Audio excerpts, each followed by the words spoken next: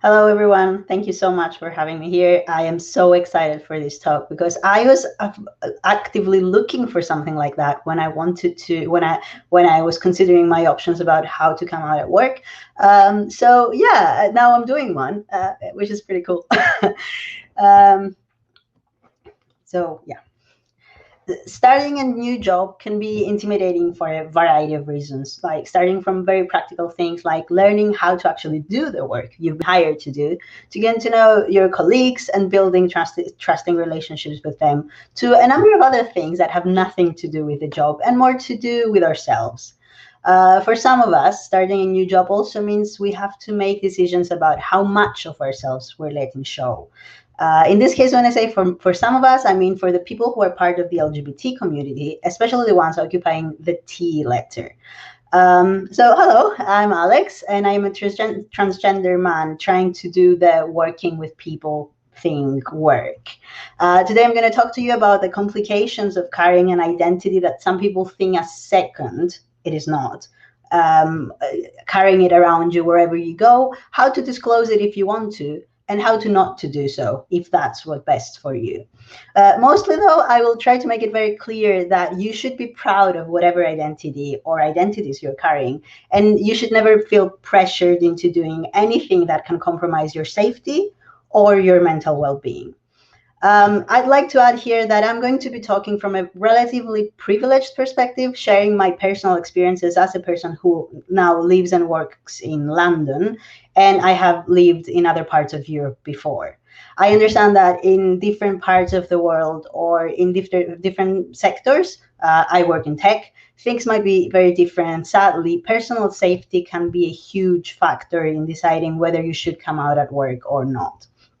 Additionally, I'm going to do my best to describe our experiences to the ones amongst us that don't share them, which are more possibly, as a way to welcome you into our lives in hopes of creating understanding relationships and building allyships. And also to help you think about ways you can support your colleagues and that want to share something like that with you. So yeah, let's get started. Generally, navigating being part of the LGBT community and especially being transgender anywhere is not an easy task, let alone in the workplace and let alone in a male dominated fields like such as tech, which is where my experiences are coming from.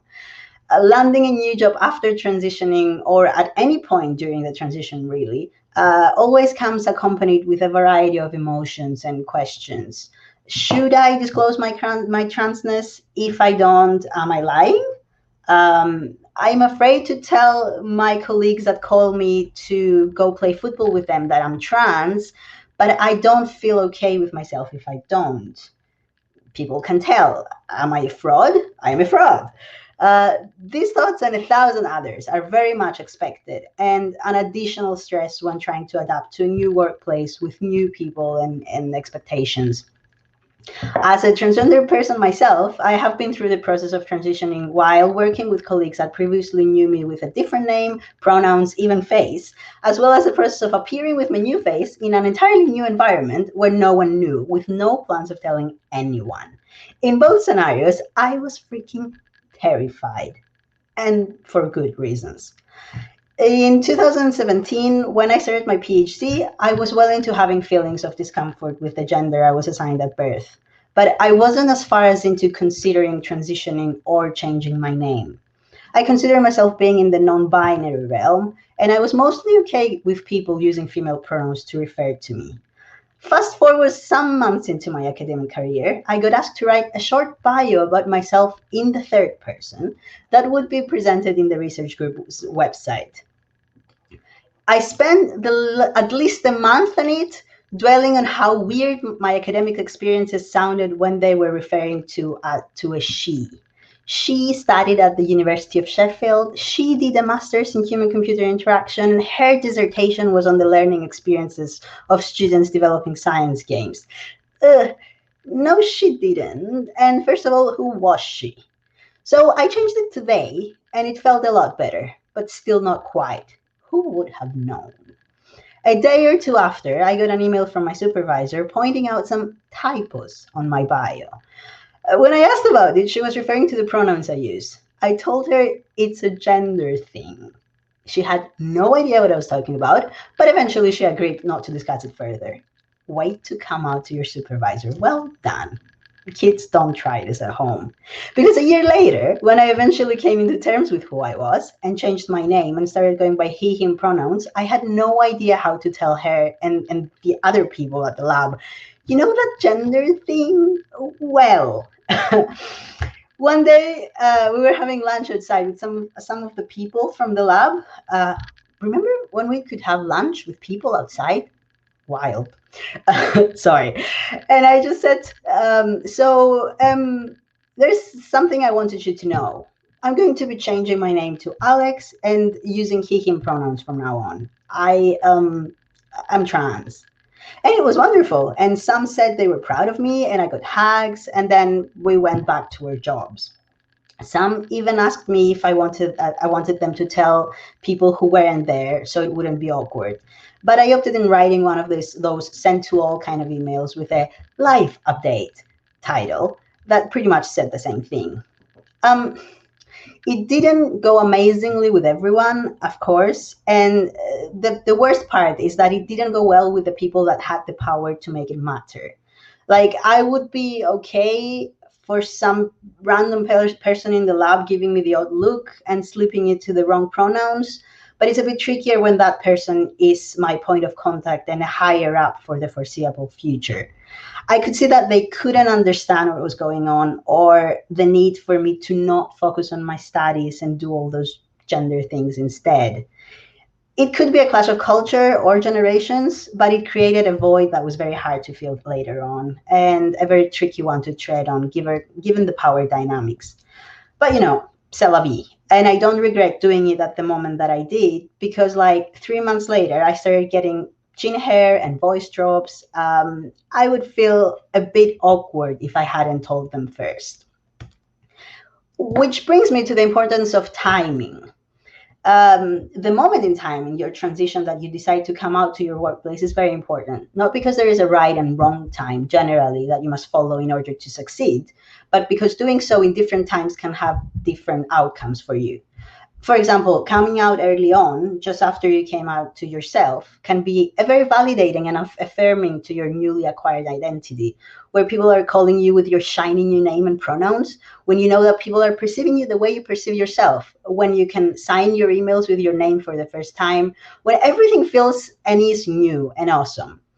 It can also save you from possibly awkward situations if you later on decide to make physical changes or ask some time off for medical procedures. A lot of the time, transitioning is very much medically oriented, and you will need that time off. For small things like psychologist appointments and blood tests, you have to stay at home for 2 months, medical procedures that would otherwise be complicated to explain to HR, and maybe stay awkwardly and explain to your colleagues that won't see you for a month, and then when you'll return, you'll have a different looking chest, for example, or something. On the other hand, coming out after or during your physical transition makes it more matter of fact, and it doesn't allow room for questioning the legitimacy of the statement. Not that any coming out should allow that, but unfortunately, it's not uncommon when you come out before any physical change takes place. And in a way, you probably have left hints of a possible diversion from the gender binary with your physical presentation and the way you carry yourself, assuming that you're not working in a place with heavily gendered uniforms and strict rules on how you should behave. So some people might be a bit prepared, although people only see what they know, and it is often the case that people don't know how to detect these changes unless they're trans themselves. So they are mostly unaware. Of course, medically or physically transitioning is not a requirement for someone to be trans. But again, the timing around how far in your transition you are and how new everything is for you can have a big impact on the coming out experience of someone. Disclosing a part of your identity that people still to this day feel entitled to have an opinion on is nerve-wracking, especially because the outcome can be incredibly unpredictable and severe. In the best scenario, it will go unnoticed. No one will bat an eye, and everyone will continue with whatever they were doing before, with you just losing a few million pounds in stress, like what happened with most of the people in my case. In the worst scenario, you might lose your job or have one or more of your colleagues turn hostile against you. In the in-between scenario, most people will not care and some others will be weird about it. Talking from personal experience and from my discussions with other trans people, that in-between scenario is the most common one. So what happens when you have already done a big part of your physical transitions? You look and sound like the gender you identify with. There are no obvious clues that you could give away the gender that you were assigned at birth, and you have just landed a new job. Do you tell them? Do you stay stealth? Stealth is the word some trans people use to describe us going about our lives without letting people know we're trans. It's like going secretly in our lives without anyone knowing our big secret. So do you tell some people but not others? And what about your online presence? Do you suddenly make all your social media private in order to not get discovered? Will the people who hired you think that you're a fraud if you tell them later on that you're not cis? Will your colleagues lose trust in you? Will the sky explode? Who knows? Well, at first, breathe. Most of the things you're scared about are probably not going to happen. And if they do, well, you might consider leaving that job as soon as possible because Okay, after that, you might want to consider the reasons you would like to come out. Is it because you feel like you want your colleagues or your place of work to know and understand your full self? Is it because you're out everywhere else, and you feel like you should be there as well? Is it because you're afraid that they can tell and that brings you into an I'm a fraud kind of spiral?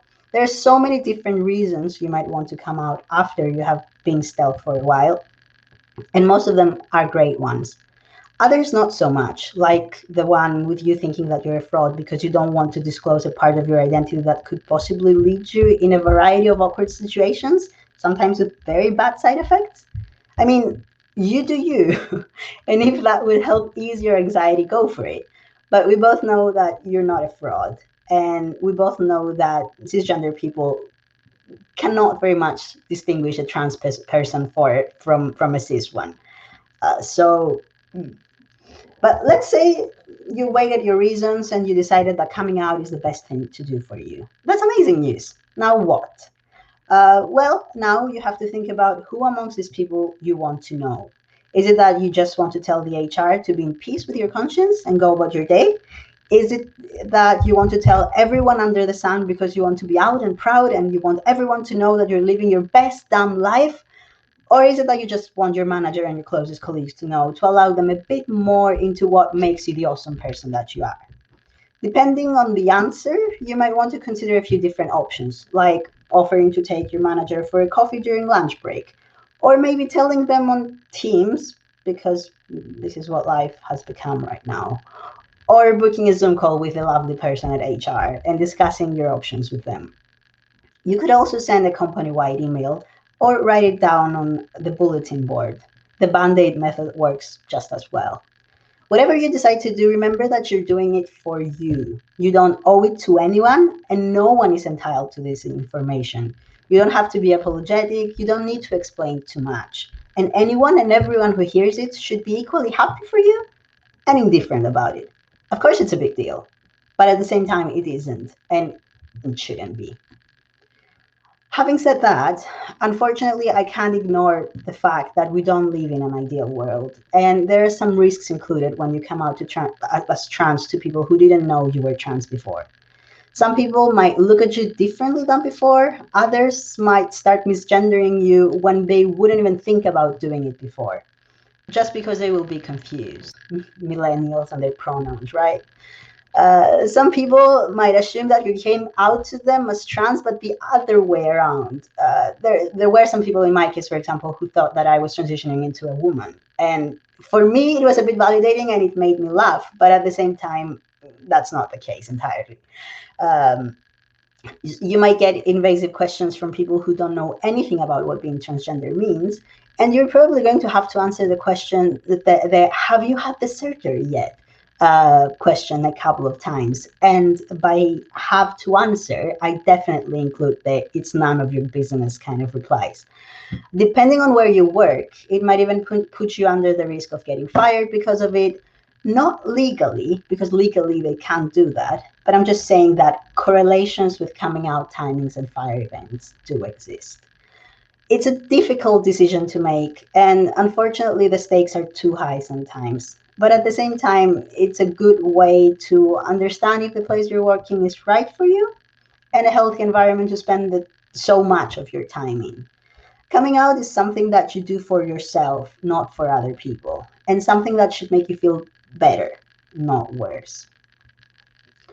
So I think now is the time for me to confess to you that I'm not out at the place that I'm currently working. Oops.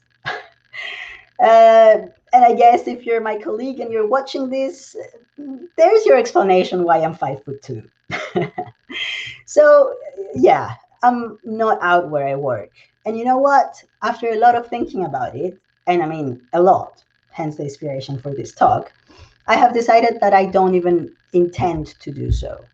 I suspect that there are some people who already know. My social media is full of trans discussions, and in some of them, I even have pictures of myself before my transitions and dates from important milestones on my bio. I don't believe that my colleagues have nothing better to do than peek at my social media accounts, but I'm guessing that before hiring me, at least a couple of them did. There are the people who I don't. Then there are the people who I don't interact with at all, especially like right now with the whole lockdown situation. I haven't seen most of these people since March. There wouldn't be any value in knowing that part of myself when they don't even know basic stuff like how I look. Then there are the higher ups and the HR. Do they need to know for some reason? In my case, all my documents have been changed before I joined the company, so there are no discrepancies between the name I'm using and the name of my passport, for example. If someone would dig deeper, they would find that I changed my name with the HMRC after I joined the company, and there is a possibility this showed on some database handled by the HR. But since everything else was consistent, there wasn't even a big deal to have to talk about it. I don't intend to tell my current workplace that I'm transgender because I don't think it would add any value to my relationship with my current workplace. If the circumstances were different, for example, if the lockdown were in place, maybe I would feel differently about it. And I don't exclude the possibility of coming out to my next workplace, for example, or even to this one at a different point in the future. Maybe this is my coming out to them, who knows? But frankly, I don't think that at the moment it would make any realistic difference. You see, coming out to anyone, whether they're your friends, your family, or the place you're working at, is not mandatory in order to have healthy relationships with them. As I said before, you don't owe anyone the knowledge of your trans status. I choose not to be open about me being transgender at work in an explicit way, but at the same time, I'm not hiding it either. Just because I don't believe it's relevant information to be shared at this moment in time does not mean that I'm ashamed of it or that I would be bothered if someone found out. Of course, this is just me, and this is how I am dealing with what being trans means to me. And what would it mean if people knew that I was trans before I explicitly told them? And of course, this is something that could be felt in a completely different way from different people. Not everyone is comfortable with not being entirely stealth, and that is completely fine. Getting discovered when you're living a stealth life can feel like an ambush, especially when it comes in an unfriendly way or accompanied by why didn't you tell me kind of questions and accusations. So if you're someone who works with someone that has not mentioned anything about their gender identity and you somehow find out about that they are trans, here are a few things that you shouldn't do. You shouldn't start telling others before you tell them. It's impolite in the same way that it would be if you discussed anything personal about anyone behind their backs, and it could compromise their safety. Don't come at them with accusations. Don't ask them why didn't they tell you. They probably had their reasons. Don't tell them that they should tell people. They would know if they should. And most importantly, don't make it about you. Instead, you could try approaching them by sharing your pronouns and asking for theirs, or letting them know that you've been hanging out on their online spaces, if you've seen it online, for example. or just open a discussion about gender. This way you can ease into the conversation, because the saying "it's not paranoia when they're out to get you" applies to a lot of trans people. They will immediately understand the reason you're referring to that, and they will either tell you themselves or not. If they don't, and they avoid the discussion, then stop asking. Explain to them how you found out in a polite way. It could be that they did not intend to leave a trace where you found it, and that they shouldn't worry about you telling others, and leave it at that. If it's the same as a good analogy that I like to use is that if you accidentally got into someone else's house, they would need to know, because they would need to know to see what they can do so no one else accidentally comes in. But that doesn't mean that they would be happy about it too. Being trans is not an easy endeavor yet, not at work, not in our personal lives, not in the world in general. A task as simple as being ourselves gets accompanied with so many hurdles and so much discrimination coming from all angles, from our governments to our homes to our families, that it's impossible to keep up every single thing that we need to be careful of. At the same time, it comes with so much joy and the perspective in life, that is not easy to get when you're cisgendered. Um, we all have heard at least once the statistics about diversity in the workplace, how diverse teams outperform others by 35%, how the workplaces that value diversity benefit from almost 25% more revenue growth than others. It is no surprise that when you put people from different walks of life together to collaborate, they come up with successful things. Diversity in all of its forms does bring innovation. In tech, for example, we value user experience and we praise it as the secret ingredient for any recipe we're trying to sell. But the users in that experience are not a homogeneous group, and neither should be people accommodating those users should be. If you can't understand what your users need because you haven't walked in their shoes, how are you supposed to create something that they would want to use and they would find enjoyable? There is still so much more to be done to make trans folk feel welcome and heard in the corporation world, when for so many years we have been excluded and fired because we didn't fit the narrative. But the world is moving forward, and the fact that I can sit here and talk to you about coming out where you work, which in the past would be the biggest no-no, is already a huge step. So I do wish that someday this won't be a matter of discussion. I genuinely wish that one day the act of coming out would be met with the same surprise and enthusiasm as announcing that you're getting married or that your sister is pregnant. News very remarkable and huge for the people who share them, but unremarkable and everyday occurrences to the receivers. Until then, I hope that we continue to do everything in our power to make these journeys a bit easier day by day, with a bit of empathy and a lot of understanding. Thanks.